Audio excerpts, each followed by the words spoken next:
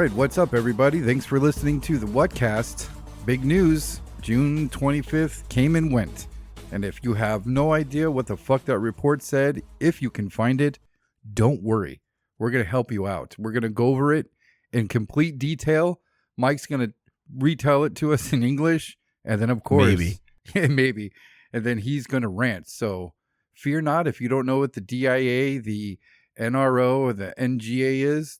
Don't worry, Mike's going to pull out all 7 inches of his told you so and drag it across our disappointed lips because this report is a bummer. So before we even get into this, there's a couple things that I would like to preface this show with. Number one, this is a new microphone that I have. So if I sound fucky or a little quiet or I don't know, whatever. If I sound different in any way, it's because I have a new microphone. And hopefully it doesn't suck. I'm really hoping it's going to be cool. I wanted to get that out of the way just in case you notice a difference in the show's quality. Second, I have been camping. And I literally came out of the woods so that I could do this show. The thing is, because I've been in the woods, I haven't had a chance to read it or see anything about it. So Mateo basically emailed it to me. I just opened it now, like 2 minutes before we started. So I haven't read any of it. Mateo is going to read it to me, and then I will comment accordingly. Apparently, I called what was in this report, but I don't remember what my prediction was, and I don't know what's in the report. So I will just have to take that on faith. All right. So here's crossing our fingers that your microphone doesn't suck. If it does, guys, let us know and we'll switch back or sell some more booty hole picks and buy a new one. Mm-hmm. Mm-hmm. There has been a lot of interest in the butt crystals. So, there may be a market for that. So if we get enough people emailing and tweeting us and Instagramming us for crystal butt plugs, Mateo will personally mix some of his blood and sweat and tears and maybe snot into these crystals and we will sell them all to you. It depends on what alien you're trying to ward off of what bodily fluids I will enter into your crystal. It's true. It's true. But no matter what you, upon insertion into your anus, there will also be a tracking device so that the Whatcast robot can track your every move and monitor your bodily functions at all points of time. It's just useless data. Don't worry about it. Yeah, it has nothing to do with evil time-traveling Barack Obama or the alien cover-up. Nothing at all. So, don't sweat it. Just focus on the fact that you'll be protected from almost any evil alien race while wearing the Whatcast crystal butt plug. Yeah, but it needs to be firmly inserted. I can't stress that enough. Firmly inserted. No just the tip bullshit. Firmly insert. Yeah. Anyway, each crystal will come with a instructional video hosted by us where we will show you how to properly do it. Shit. I mean, I'm not going to show them myself inserting it. We will have, willing participants that are involved in the educational video. And anyway, we'll figure that out in the future. Order yours today. You're just going to make a really tight OK symbol with your hand and show it that way? Maybe like a little talking hand puppet? Or maybe we'll have volunteers. Oh, hey. It'll be like, hey, I would like to be in your quote unquote instructional video that will be online. All right. Wink, wink, nudge, nudge. Give me them dollars. All right. Now that Mike has possibly prompted dozens and dozens of videos from people listening of themselves sticking stuff. Also join Patreon because you will be the first to be inserted. Sorry, I had to get the Patreon plug in there. Okay, continue on. My apologies. Okay. So for those of you who haven't read it, it is masterfully written to confuse you and to make you literally throw your hands up in the air and say, who the fuck cares, whatever. They abbreviate things. They have certain groups, offices, departments that they name, and then in brackets they'll have the abbreviation for it. And then later on, in the same page, they'll refer to it by this acronym, and it's changed. They've shortened it. They've taken letters out of it. So it's written to bore the shit out of you. So there's going to be a lot of boring talking. So bear with us through that. But it says here on the cover, Office of the Director of National Intelligence, Preliminary Assessment, Unidentified Aerial Phenomena, 25th of June, 2001. Unclassified. And the first page reads, Scope and Assumptions. The scope section reads, this preliminary report is provided by the Office of the Director of National Intelligence, and that's cut down to ODNI. So we'll call that ODNI. No. I don't want to call it ODNI. I want to call it ODNI. I want to call it Odin. No, it's ODNI, damn it. ODNI. Okay, so we're going to call it ODNI from now on. Otherwise, if it was the Office of the Director of Intelligence National, then we could call it Odin, which would be way cooler, admittedly, but it's not. So we got to call it ODNI. Okay, I'll start again because it's the first sentence. This preliminary report. I'm sorry. It's okay. No. I'm already fucking shit up. I'm fucking it up for everybody. No, I was going to say this might be a long one, guys. So yeah, hunker down. Hold on to your underwears.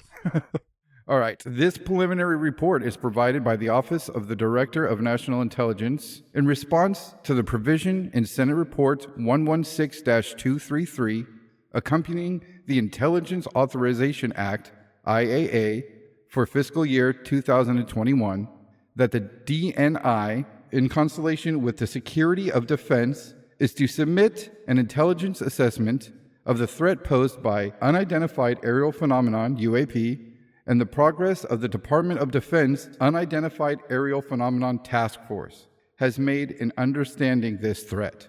This report provides an overview for policymakers of the challenges associated with characterizing the potential threat posed by UAP, while also providing a means to develop relevant processes, policies, technologies, and training for the U.S. military and other U.S. government personnel if and when they encounter UAP, so as to enhance the intelligence community's ability to understand the threat.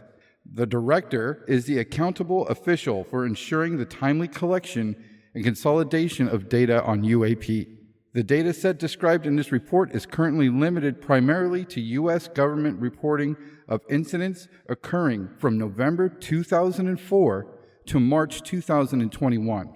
Data continues to be collected and analyzed. ODNI prepared this report for the Congressional Intelligence and Armed Services Committees, and the ODNI National Intelligence Manager for Aviation drafted this report with input from... Can we just say the entire alphabet and save you some time? The entire alphabet was here. It is. I want people to know how this goes, because this is just to confuse you, and half of these shits you've never heard of. I don't know if it's just to confuse you. I mean, there's a lot of places involved, and they could have just thrown in like random numbers and letters if they wanted. Very true. Very true. Okay, so this drafted this report with input from USD, INS, DIA, FBI, NRO, NGA, NSA, Air Force, Army, Navy, Navy ONI, DARPA, FFA, NOAA. No, hold on. It's FAA. What did I say? You said the Future Farmers of America. Oh, sorry. I mean, they might be pissed about the crop circles, but I don't know if they'd really have much to do with this case. Oh, my bad. Sorry, farmers. Let's see here.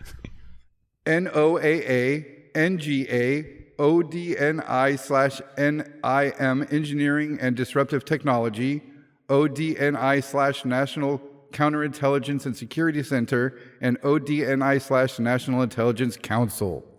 The assumptions: various forms of sensors that register UAP generally operate correctly and capture enough real data to allow initial assessments, but some UAP may be attributable to sensor anomalies. That's the first page, if you're not confused enough. So, Mike, what the fuck are they trying to say right there? All right, so basically they're saying who the report was prepared by, who it's for, who was involved in it, and where the data came from. The assumptions of the report is to discuss the UAP, or Unidentified Aerial Phenomena, and get data to assess what they are and whether or not these things could be attributed to anomalies in their equipment.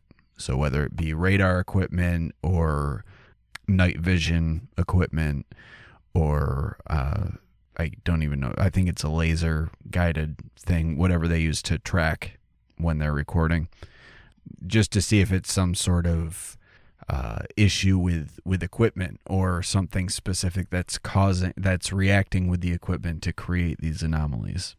So already they are setting up just based on that statement alone, the last part, but some UAP may be attributable to sensor anomalies. This is already reminding me very much of the Condon report and the old weather balloons and swamp gas sort of explanation. Okay, cool. Yeah. Well, that's interesting to hear, knowing how the rest of this report goes. But if they are saying this is data collected, assumingly from what every fucking agency our government has, it sounds like, from 2004 to 2021, I mean, are you expecting a lot of data here? No, not really. I mean, beforehand, I wasn't expecting any data or anything significant other than what they've already given us. So seeing this now and seeing what they're saying, I'm thinking that they're going to probably discuss reports by credible witnesses, that being probably military officials. I wouldn't expect to see any civilian incidents being viewed or reported on. Ooh, really? Really? I would only expect it to be military witnesses or people involved with the military, or if not the military, pilots. I wouldn't consider them your typical run-of-the-mill civilian. So I would assume that these reports would all be from military and professional pilots. Okay, that's interesting. We're going to touch back on that in a little bit. But I'll continue with the second page. And it starts with the heading, Executive Summary. And it reads, the limited amount of high-quality reporting on unidentified aerial phenomenon hampers our ability to draw firm conclusions about the nature or intent of UAP. The Unidentified Aerial Phenomenon Task Force considered a range of information on UAP described in U.S. military and intelligence community reporting. But because the reporting lacks significant specificity, ultimately recognized that a unique, tailored reporting process was required to provide sufficient data for analysis of UAP events. As a bullet point that reads, as a result, the UAPTF, the task force, concentrated its review on reports that occurred between 2004 and 2021, the majority of which are a result of this new tailored process to better capture UAP events through formalized reporting.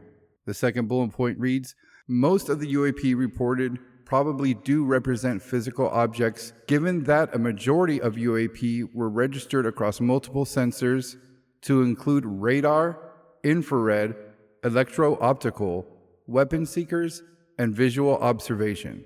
In a limited number of incidents, UAP reportedly appeared to exhibit unusual flight characteristics.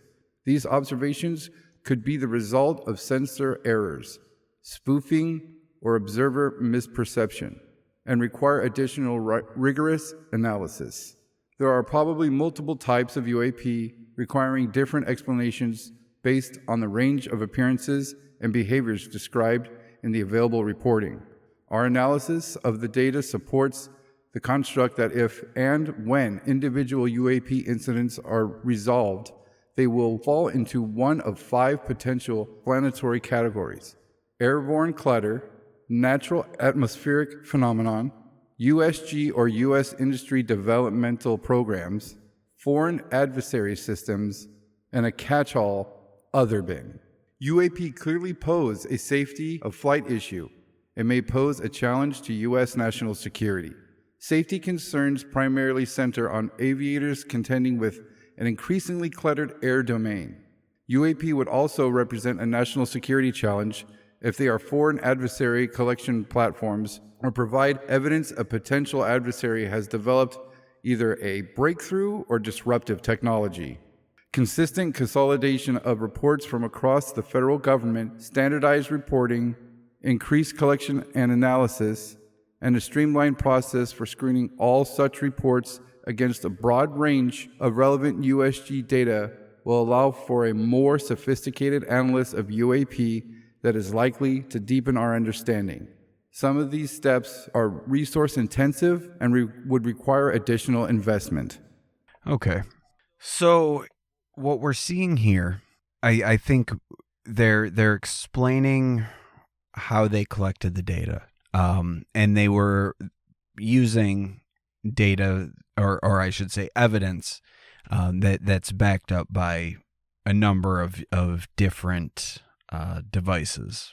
So they had mentioned radar and weapons guidance systems, visual observation and infrared, all that stuff. So this strictly limits, but it limits the amount of sightings that they're looking at. But I think that's to the benefit of the research, because we've talked a bunch of times on the show how memory is never something that can be fully trusted, and people can never be fully trusted, and people's memory cannot be fully trusted. So knowing all those things, it would make sense that they would just exclude people that just have a story to tell. What they're looking at here is actual evidence that was collected using various different machines, and different forms of technology were used, a lot of times in unison with one another. So you've got a visual sighting from the pilot, but it's also showing up on radar systems, and it's showing up in infrared, and so that just gives more to go on. I do think it's interesting that they say that they clearly pose a safety of flight issue, and they may pose a challenge to U.S. national security. That's very interesting to me. And that's very different from the Condon report that said there's nothing to it and it's of no danger or interest to national security. Right. And here we're seeing the exact opposite of that, saying that they clearly do pose a safety of flight issue, which makes sense, because our flight paths are meticulously plotted to avoid any midair collision. And so just having these things appear and fly wherever the fuck they want, it makes a big difference. Whether or not it poses a challenge to U.S., I would say it poses a challenge. I wouldn't necessarily say it poses a danger to national security, unless these things are in fact responsible for abductions, in which case then we're fucked. But if the abductions are a completely separate thing, and the phenomenon that's being observed is independent from those sorts of situations, or even like the situations of high strangeness, UFOs tend to be there. But what if they're there more to observe those areas of high strangeness than actually to become a part of it? Like that's something that's often looked over. I think I think that they're included with like the Skinwalker Ranch, for instance, or any of those other like weird window places, the Cannock Chase, and we've talked about like a million of them. But what if these craft aren't part of it? What if it's a completely separate thing? Like let's just. I know I often say that I don't believe that they're aliens from another planet, but let's just pretend for a minute that they are, and that I'm completely wrong, which, I'm open to that idea because I love aliens and I want aliens to be real, even though I don't. But anyway, let's say that these craft, that they are actual alien craft, and they're showing up at these weird, like, high strangeness areas where we've got multi-dimensional hell beasts coming through and fucking up cattle and balls of light and poltergeist activity and all this weird shit. And then UFOs show up. But what if they're just there to observe it? What if these things, and that's why they never like fully interact with us. They never attack us. They disarm our weapon system whenever we try to lock on. Maybe they are like the real life version of the Watchers. Ignore me. Like they're just observing. Yes, yeah, I am just observing things. Do not pay any mind. I will be out of your hair shortly. But they're just observing everything that's going on. And that's why they show up a lot when around wartime. Because they're like, wow, look at all this crazy shit going on. We need to document this. Like maybe it's like fucking South Park, and we are like the reality show for the universe, and the universe tunes in to see what those crazy earthlings are up to. I find a couple things interesting about that part of the report. I find it to be an insane bummer that they're only going to be using, I don't know, I guess government gathered data on UAPs. There is a plethora of great researchers out there. I mean, I know we jokingly talk shit about To the Stars Academy, but they've done tons of good work, apparently, seemingly. And they're, I don't think it's that they're discounting it. I think that what they were doing was only collecting data that they were able to get evidence on. So just because somebody says that they were involved in a cover-up or crash collection or whatever, without having the evidence, it doesn't do anything to support that claim. Whereas with the military test pilots and trainers and all that shit, they've got the equipment to collect the data to back them up. Like they can say, I saw this with my eyes. This is what I saw. Here's the radar report showing that this thing was in my airspace. And here's my on-deck camera that recorded the thing. And you've got all this crazy shit that they can then present. And it's like, oh, well, I guess this isn't something that was just seen and you're a crazy guy. We've come a long way since that poor Japanese pilot got grounded because of it. Right. I also like how they admit that they're solid crafts, enough to the point where they're a danger to our aircraft in the sky. So even though there's a lot of those UFOs that seem to be like balls of light or hazy rings, or ghost-like circles, we now know. I'm going to call them UFOs, by the way. I'm not using UAP. We now know that those are solid craft. So a neat admittance to pull from that. And the other thing that I found interesting was the mention of a potential foreign adversary being in control of this, but also the potential for disruptive technology or breakthrough technology, meaning that this could potentially be an earthly enemy, or quote unquote enemy, basically a country that's not the United States that potentially has this, that has kept it secret and is now using it to spy or potentially disrupt our military. Right, some type of geographical adversary. Which kind of goes towards my thing about this potentially being used as a way to attack or create false flag attacks where we're trying to stage an alien invasion, like the Operation Bluebeam. This could be the early stages of that right here. Yeah. I mean, I guess On the other hand, if you don't want to get too conspiratorial about this, it could just be a clear admission that we're out of our league, at the minimum. Like, basically stating we're fucked if these things turn aggressive. Right. I agree with what you said. I noticed that as well. It kind of seemed like a little bit of honesty, and maybe even we're scared too, bro. We don't know what this is for real. We're openly saying this could be our enemies. All right, I'll move on to the next page, and it's headed with the title, Available Reporting Largely Inconclusive. It has the subheading, Limited Data Leaves Most UAP Unexplained.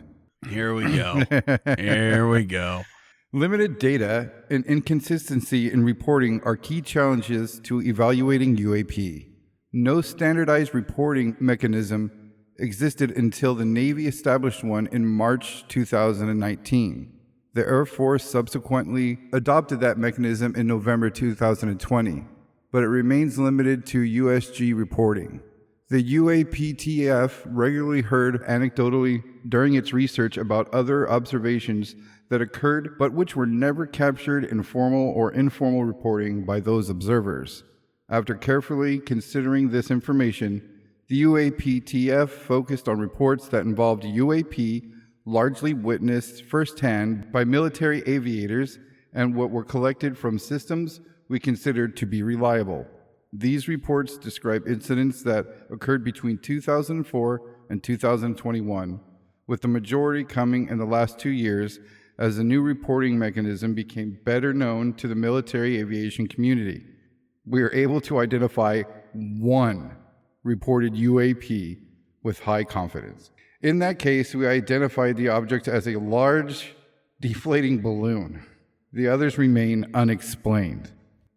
That's very interesting. Yes. And there's a bullet point that says 144 reports originated from USG sources. Of these, 80 reports involved observation with multiple sensors. Most reports described UAP as objects that interrupted pre-planned training or other military activity. That's really interesting that out of the 144 reports, there was only one that they were able to identify. A single report that they were able to identify. This is very different from the Condon report, which said that they received none that were even remotely interesting. Listening to J. Allen Hynek, he said that there was a number of them that he was not confident explaining, but those seem to have been ignored or omitted from the Condon Committee report. But I do also like that they mentioned that during the collection of the data, they had received anecdotal reports that were not counted as part of the data, but they mentioned it as, I think it's mentioned here to kind of support the fact that there are many sightings, and just the sightings that are included in this report, that's just a small sampling of the potential that's out there. Okay. I kind of find it hard to believe that since 2004 to 2021, they can only find 144 reports. Well, no. It's not that they could only find 144 report. It's just that they only took 144 reports because of their new system credentials. Yeah. Okay. All right. Good. I'm glad we're doing this then. Okay. There's a box here that says UA collection challenges. Social cultural stigmas and sensor limitations remain obstacles to collecting data on UAP. That's such bullshit. The socio-cultural stigmas were created because of your fucking reporting back in the 50s and 60s. Like, that's such a load of shit. You created that socio-cultural stigma. Oh, you sons of bitches. All right, go on.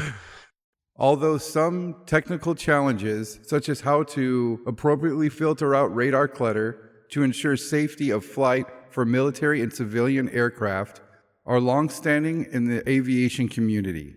while others are unique to the UAP problem set.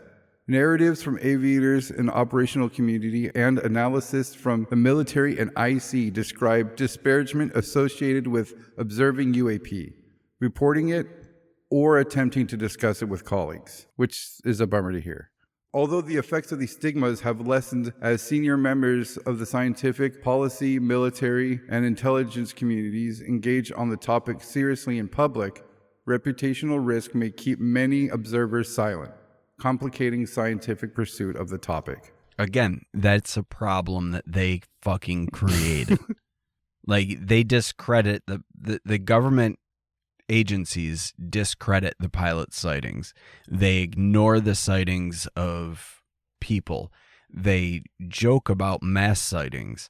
And then they say that this is a challenge to their own collection when they created that fucking, that entire stigma, the entire idea that it's a fucking joke, nothing to be worried about or take seriously. I mean, even the news and the media, like, they all followed suit. It's ridiculous.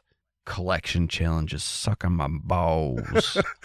Okay, it says the sensors mounted on U.S. military platforms are typically designed to fulfill specific missions. As a result, those sensors are not generally suited for identifying UAP.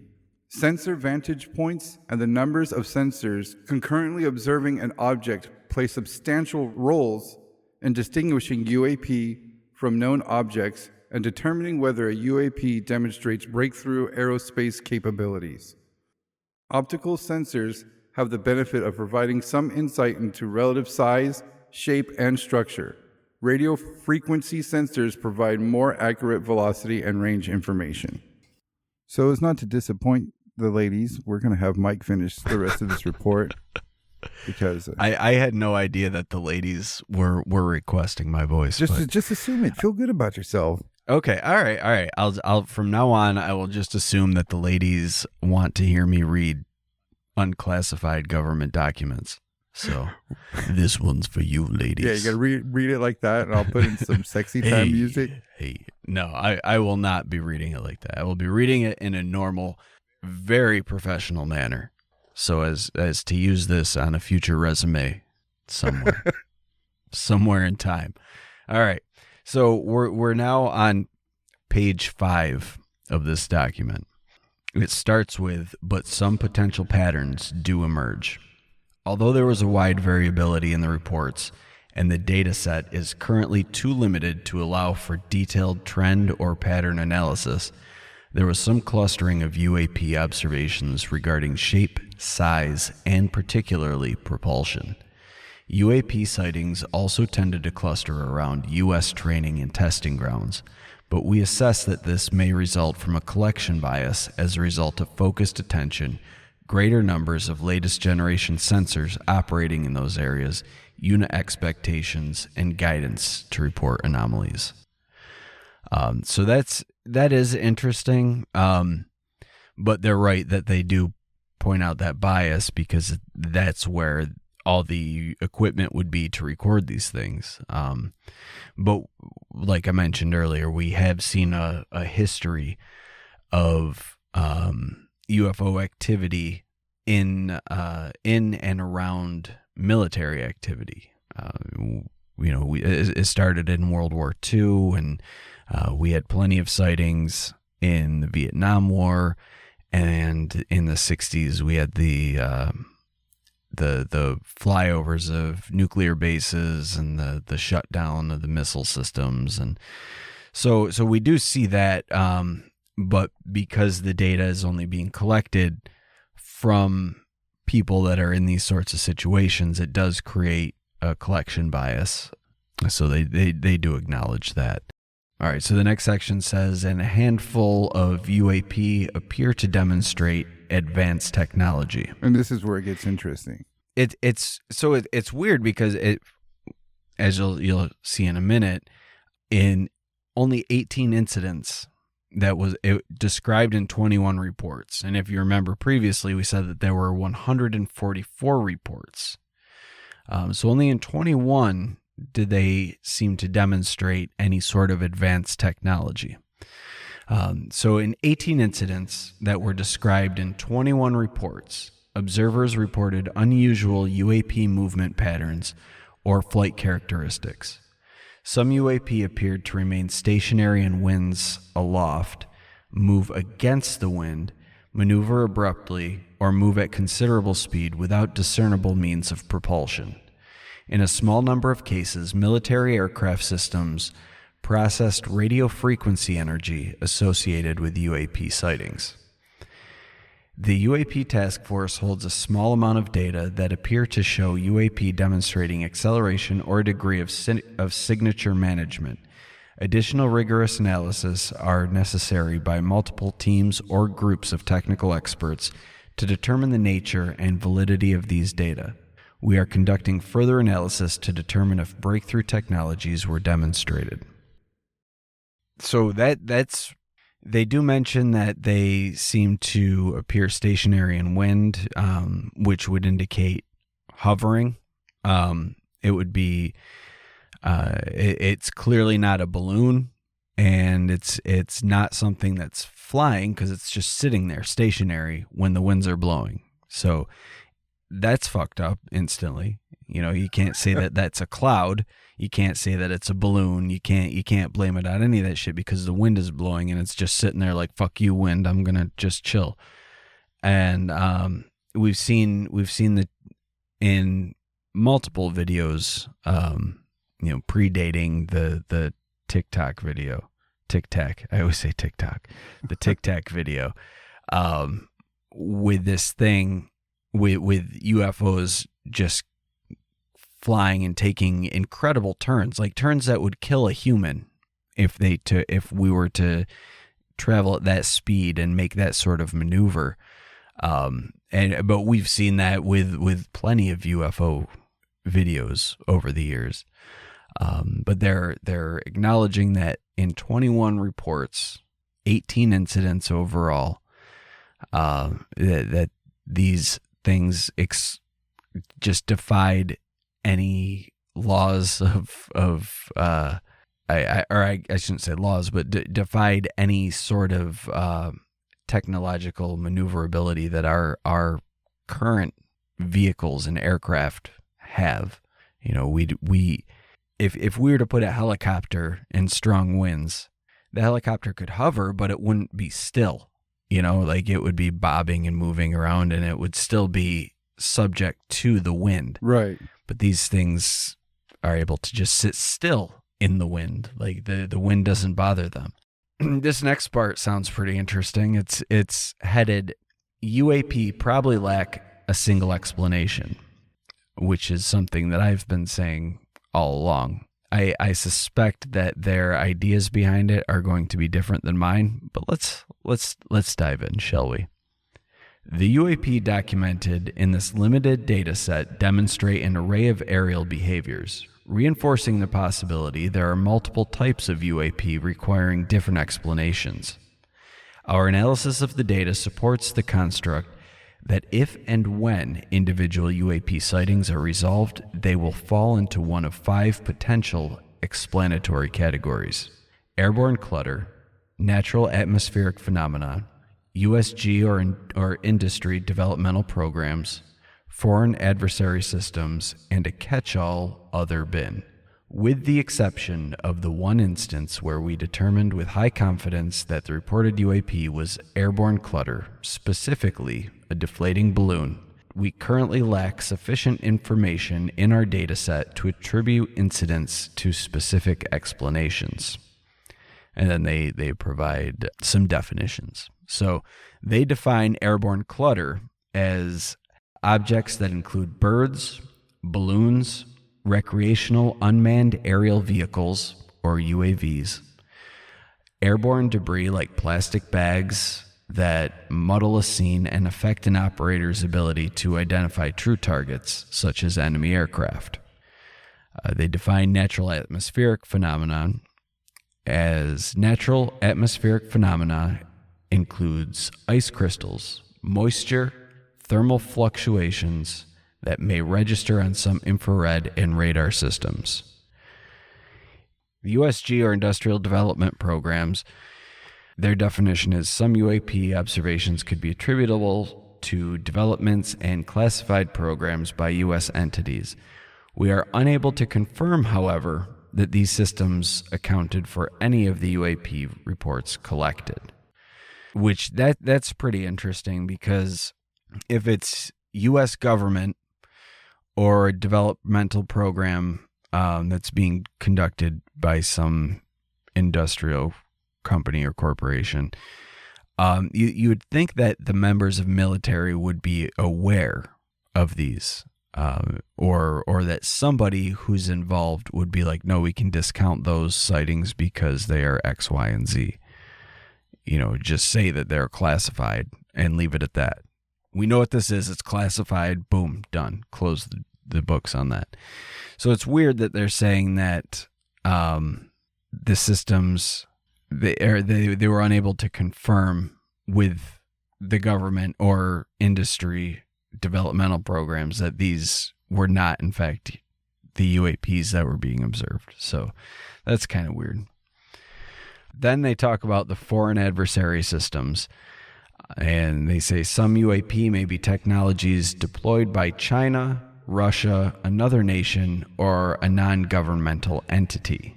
Like a supervillain. Yeah, exactly. Like a fucking supervillain, which is super badass, and I want that to be the case. Give me fucking Doofenshmirtz. Doofenshmirtz Evil Incorporated.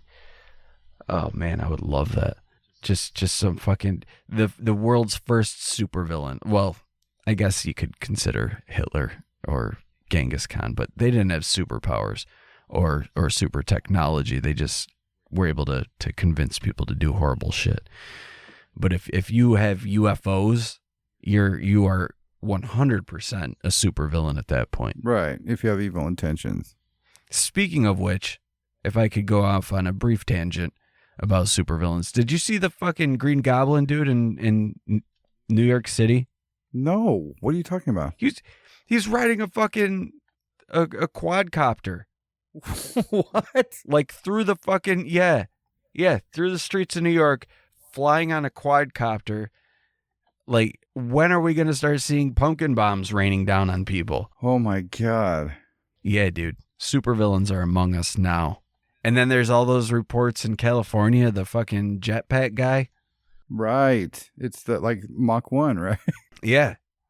These are all test runs for supervillains. That's what's going on here. We're gonna have a fucking Legion of Doom showing up pretty soon. Right. They're gonna be like, yeah, we're not like sports or adrenaline junkies. We're gonna shoot you out of the sky. You guys just did. You weren't expecting it, and that's just what we wanted. And then this whole UAP report shows up, and that falls right into it too. They're like, ah ha ha ha ha. So now people see supervillains, and they're only going to think UAP, but it's not. It's a fucking supervillain. Just you wait. And then they get into the other. Although most of the UAP described in our data set probably remain unidentified due to limited data or challenges to collection, processing, or analysis, we may require additional scientific knowledge to successfully collect on, analyze, and characterize some of them. We would group such subjects into this category pending scientific advances that allow us to better understand them. The UAP task force intends to focus additional analysis on the small number of cases where a UAP appeared to display unusual flight characteristics or signature movement. So basically this is I don't fucking know pile. Which is to be expected.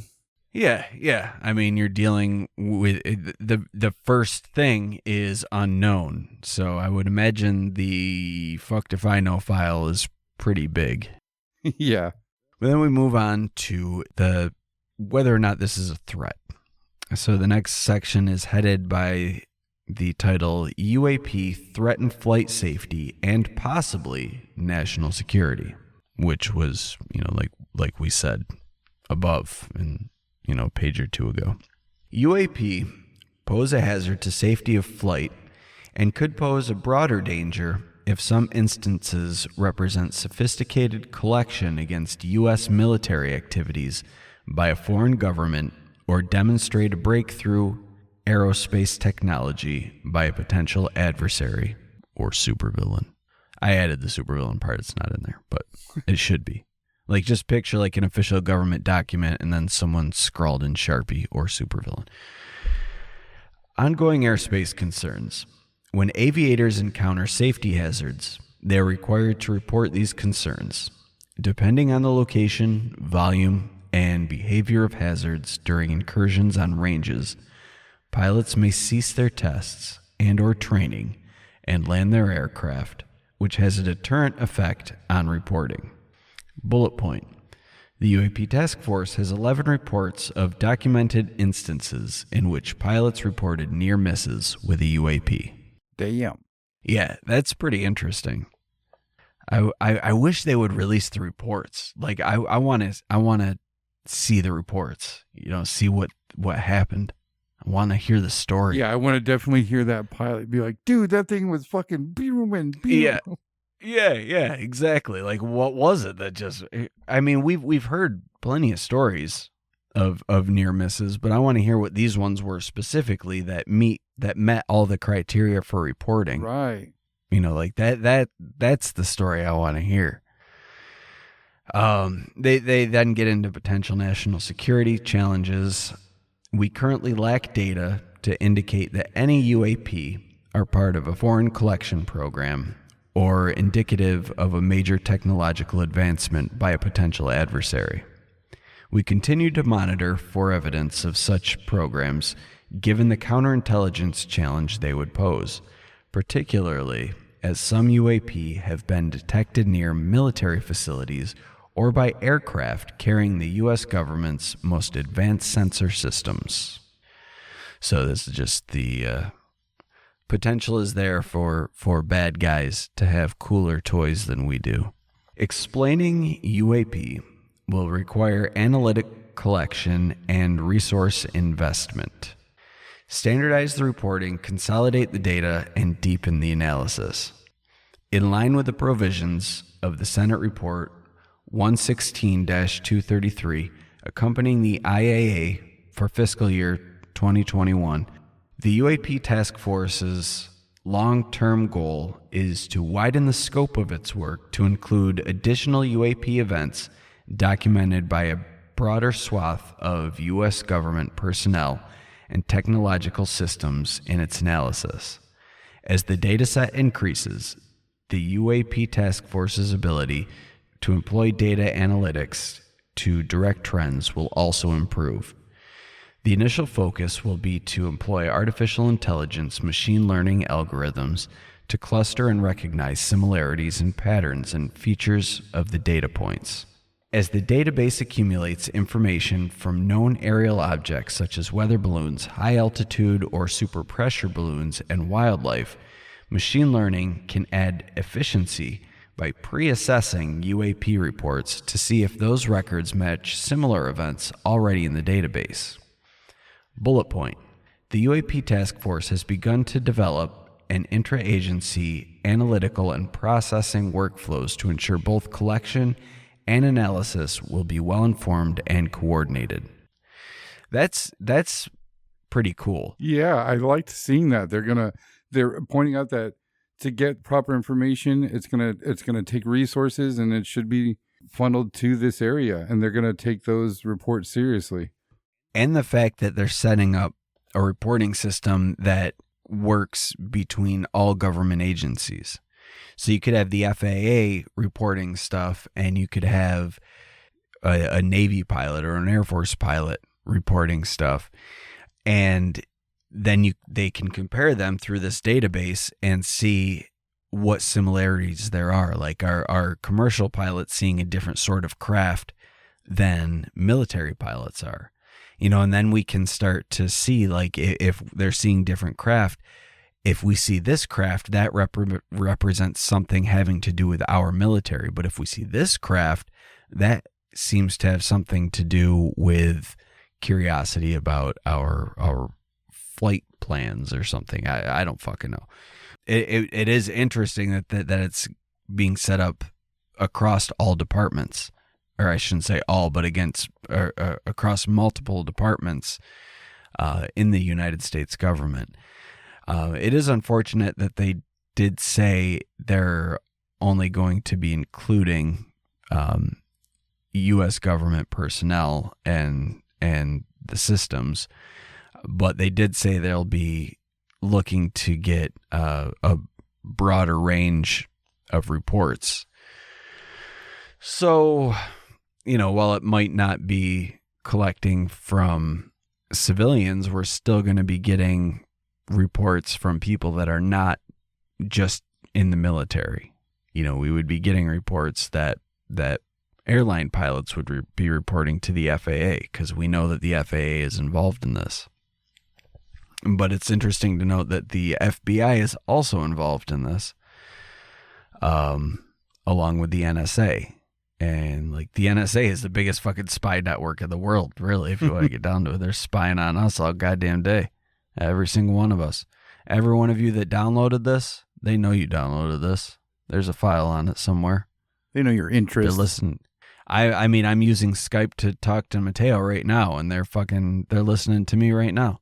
Well, I should say they're recording me. The likelihood of them listening to me is probably pretty slim, unless I start getting really controversial.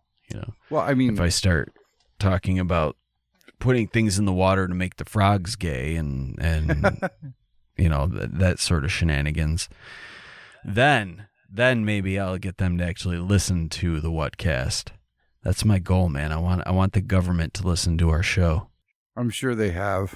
Maybe not in this timeline, not yet, but they have.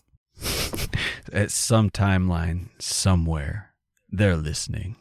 Well, hello, government, and I would like to welcome you to the Whatcast, and what a wonderful episode to choose as your first episode, where we talk about your declassification of UAP reports, and so welcome aboard.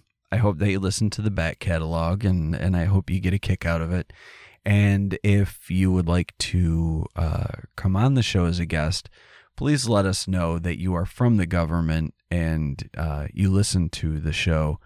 And as a government person, you are a fan and would like to come on. And you will have to promise that you will not try to enact any psyops on our listeners. I frown on that sort of behavior with our guests, and I would not welcome you to the show if you wanted to do that sort of thing. But if you do not want to turn our listeners into subjects for your next PSYOPs campaign, then please come on and tell us about UFOs and things that we don't know about, because that'd be really cool of you. Let's be honest.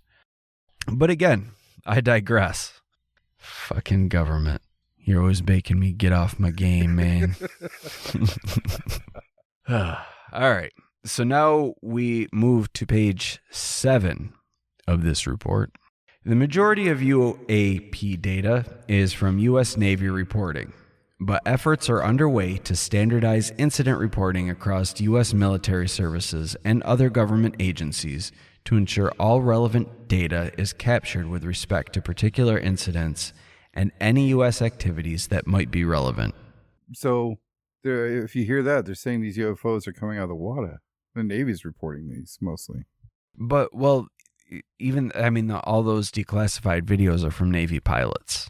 And the glowing pyramid video was taken over an aircraft carrier. So that's what, it doesn't necessarily mean they were coming out of the water, but they were observed most likely over the water. But the task force is currently working to acquire additional reporting, including from the U.S. Air Force, and has begun receiving data from the Federal Aviation Administration, or the FAA. Although the U.S. Air Force data collection has been limited historically, the U.S. Air Force began a 6-month pilot program in November 2020 to collect in the most likely areas to encounter. Wow. Okay, let me start this over. Although the USAF data collection has been limited historically to the USAF has been limited historically, the USAF began a 6-month pilot program in November 2020 to collect in the most likely areas to encounter UAP, and is evaluating how to normalize future collection, reporting, and analysis across the entire Air Force. So, to back up, they know the areas where you're most likely to encounter a UFO. Right, you were talking about that earlier. And they've been flying there to try to collect the data. So that's very interesting. The FAA captures data related to the UAP during the normal course of managing air traffic operations. The FAA generally ingests this data when pilots and other airspace users report unusual or unexpected events to the FAA Air Traffic Organization. So this is what I was saying earlier about commercial pilots being able to report through the system, which I think is huge, because that should be included. They have so many hours in the air throughout their life, and they travel all over the world. So it makes sense that they would encounter these things from time to time. So I think it's good that they're setting up the system to allow them to include their reports as well, and that they're being analyzed in the same way as military pilots are. So that's good. In addition, the FAA continuously monitors its systems for anomalies, generating additional information that may be of use to the UAP task force.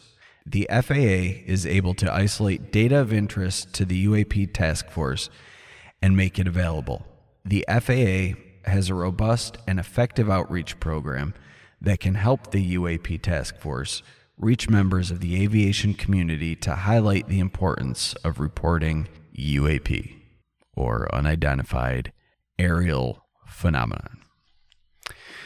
Expand the collection. The UAP task force is looking for novel ways to increase collection of UAP cluster areas when U.S. forces are not present, as a way to baseline standard UAP activity and mitigate the collection bias in the data set. One proposal is to use advanced algorithms to search historical data captured and stored by radars.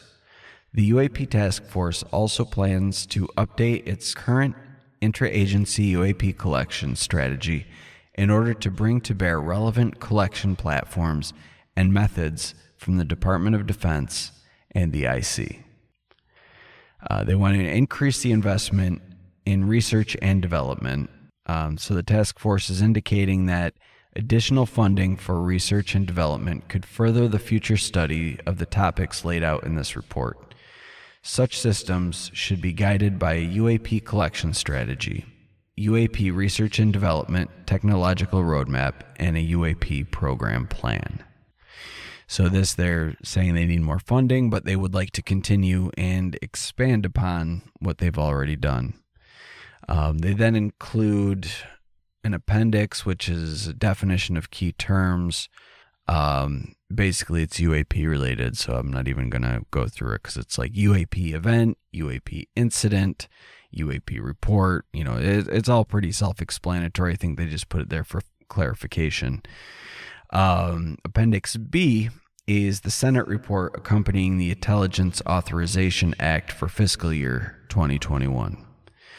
So the Senate report that I mentioned earlier, 116-233, accompanying the Intelligence Authorization Act for the fiscal year 2021, provides that the DNI, in consultation with the Secretary of Defense and other relevant heads of U.S. government agencies, is to submit an intelligence assessment of the threat posed by UAP and the progress of the UAP task force that they've made to understand this threat.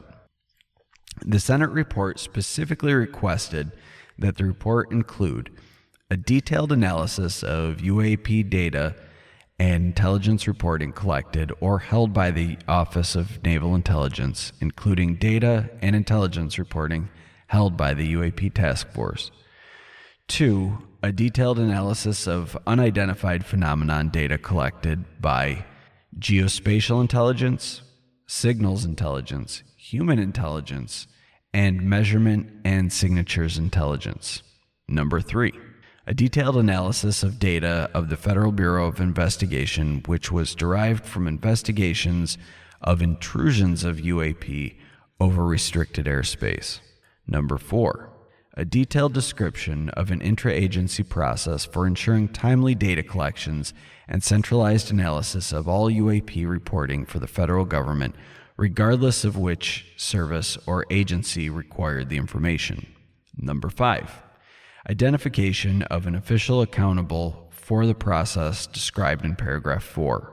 Number 6, identification of potential aerospace or other threats posed by the UAP to national security and an assessment of whether this UAP activity may be attributed to one or more foreign adversaries. Number 7, identification of any incidents or patterns that generate a potential adversary, have achieved breakthrough aerospace capabilities that could put U.S. strategic or conventional forces at risk. And lastly, number 8, recommendations regarding increased collection of data, enhanced research and development, additional funding, and other resources. So basically, this appendix is just, I guess, a table of contents without page markers. It's basically just breaking down what we just read for you guys. So that's the report. It's pretty interesting, but it's a whole lot of nothing at the same time. They admit that things are unidentified, but I think they put some key indicators in there for if this is really all just a ruse or a psyop or some sort of conspiracy, that they could already be pointing potential fingers for what's behind this. But I do think it's promising that they're expanding on the research that they're currently doing. They're looking into past research, which I think that's where they're going to find a lot of really interesting things. And we might get some answers to what some of these old UFO stories are. Like, you remember around World War II, there were a lot of reports of like phantom rockets. Like, maybe we'll find out what those were finally. Right. Maybe now they can declassify whatever that was that was seen. So I think that's cool that they're going back and looking at old cases and old data, where the evidence makes it worth their while, where there's radar reports as well as eyewitness sightings. Maybe some people that were mocked in the past, like that poor Japanese pilot, will finally get vindication that he's not crazy, that there is something out there. Right. I demand his reinstatement. Yeah. Give that guy a fucking 747 right now. Let's go, guy. I can't even remember his name, and I feel bad because... Well, that was a long time ago when we talked that. about that. I mean, but that's like one of those classic cases, though. Like, you see that on every other UFO documentary. It's in every collected UFO sighting book. But, yeah, give that guy his pilot's license back, damn it. Yeah, it's not as disappointing reading through it with you and stuff like that. It's stuff that we already knew. This is how I took it. But I mean, I'm glad to see that they're going to focus on funding to study this more and take the studying more serious, and are encouraging their personnel to report stuff like this. I mean, there's so much of that stuff going on, man. There's new unexplained videos coming out all the time. I mean, Brandy sent me a video that she got from somebody at a comic convention. That's just, I'll send it to you, Mike. It's a fucking UFO in the sky. There's nothing you can say about it. So it's gonna get more interesting. I'm interested to see how this develops. Maybe Trump was doing us a solid by developing a space force because he was privy to all this, and they are not our craft and all that, 90s action movie bullshit. Yeah, that's what I was thinking when he created the space force. That he's got to know something. There's got to be something that's making, you don't just say, hey, let's let's create a space force for no fucking reason. I mean, Right. Ronald Reagan talked about the Star Wars program. You know, he wanted to weaponize space. And then when he left office, that's where it was left. Clinton didn't pick that up. And then, you know, from then, no more weapons in space. But now we've got a space force. Yeah, maybe they made that in case one of these crafts do get a little cocky or do get aggressive. There's already a group of people that's going to handle that. I was surprised not to see the mention of the Space Force in this at all. Yeah, that is weird, but maybe it's just because they haven't really done much yet. Maybe they should be, You know. I mean, able to handle like data analysis, right? Yeah, but they're the military. Take reports. But it is I mean I can't help but think that there's something to that. That Right. there's a reason why that branch of the military was created. And why no other president did before Donald Trump. And I got to think it's more than just Donald Trump being, you know, trying to make a historical imprint on the office by creating a new space agent or a new military branch. And I think that the timing of this whole thing is, you know, it makes sense. The videos, the first videos, the Tic Tac video. I was even thinking about it before I said it too, and I still said it. The Tic Tac video that came out in 2017. That's when the video leaked, which was the first year of Donald Trump's presidency.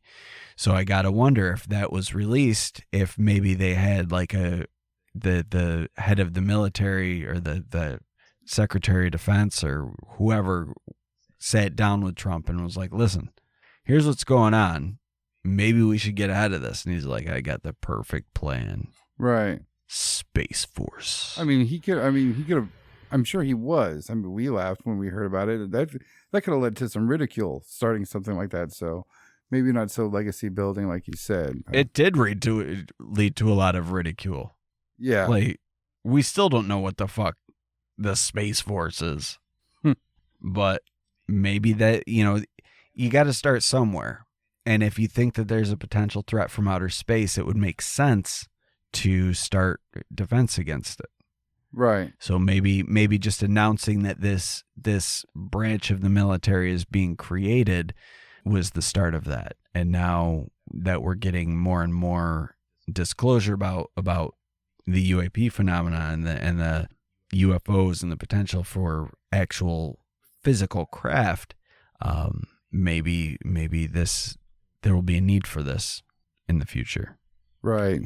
How weird will that be, dude, if there is some type of threat soon and they have to dispatch, you know, a space fleet that we didn't know was already ready, and they're fighting something up there, but it's in space and we don't get to see. It's just literally quiet on Earth, but we know there's some type of battle going on in space. And then, you know, an interesting thing about that is whatever they present to us is just going to be video they present to us. It could turn into Hunger Games type shit to where they just recreate something and show us some Marvel CGI bullshit. And we're like, damn, when there's nothing going on. Yeah. I mean, the potential for that is there as well. That's Operation Bluebeam, basically. Yeah. It's tough, man. Like that's the thing. They've blatantly come out and lied to us so many times about this whole thing. And I hate to keep harping on this, but just watch or read the Mirage, either watch the documentary or read the book Mirage Men, and look into the case of Paul Benowitz and look at what Richard Doty was a part of. You know, like he used to be the guy who would go to UFO conventions and be like the inside guy that was there, who's like, yeah, I used to be a part of this, and here's the dirt. And then he came out and said, yeah, I was fucking duping all of you this whole time. Yeah. You know, like just really think about that and everything that the government has lied about. Like even Roswell, like they've given two separate explanations for what Roswell was. and neither one of them fully makes sense. And not to say that it's 100% an alien craft, but the point that I'm making is that the government is less than reliable in providing explanations for what these things are. So take all of that into consideration when looking through this, and understand that this is a report for the government, or a report of the findings based on a government program. So it's going to be sterilized before it actually comes out. They're only going to show what they want us to see, or let us know what they want us to know. They're not going to give us the fucking dirt. They're not going to give us the real shit. We're just going to get the stuff they drop under the table like fucking dogs. Like they're up there with this huge feast, and we're sitting under the table waiting for breadcrumbs to fall so we can lick it up. Yeah. And they're going to tell us whatever they want. They're going to release the findings from Area 51 crash. They're going to say it was animatronics like Chuck E. Cheese. Yeah. Yep. That's all it was. All right. So it'll get interesting to see what happens next. I mean, there's an Instagram post our buddy Ryan put up. And it's I guess, a Twitter conversation between some people and this dude named Tony Rogers, who's a former Air Force Special Ops veteran. But somebody talks to him, asks him about what's going on. And Mike, why don't you read a couple of things of what he says here? So one of the craziest things that he said was, I predict something out of this world will be publicly announced very soon. The Navy does not release footage like the Nimitz encounters for no reason. Then he starts talking about his own encounters that he had with them. He said he was stationed in Iraq, and he saw several of these things appear at one time. But he said there were 50 plus Tic Tac UAPs, and they came from above 50,000 feet and also below the ocean, and there was no sound. Yeah, so that's the type of stuff we will read while they tell us that they don't know what's going on. So, like I said, it'll get interesting, and we'll talk about it together and report it to you guys. I'm going to try and get this episode out as early as possible, maybe tomorrow. But yeah, we hope our reading didn't bother you guys too much. Thank you for listening, and go join our Patreon right now. Get a butt crystal. Butt crystals. Thank you for listening to the Whatcast. You can find us on Twitter, Instagram, Facebook, iTunes, and YouTube. Enjoy the podcast. Get yourself a Whatcast t-shirt or a sticker pack. Who was that dude on that one episode? Try the links in Homie's page. All this and more can be found at www.thewhatcasters.com. Thanks again for listening, and have a great week.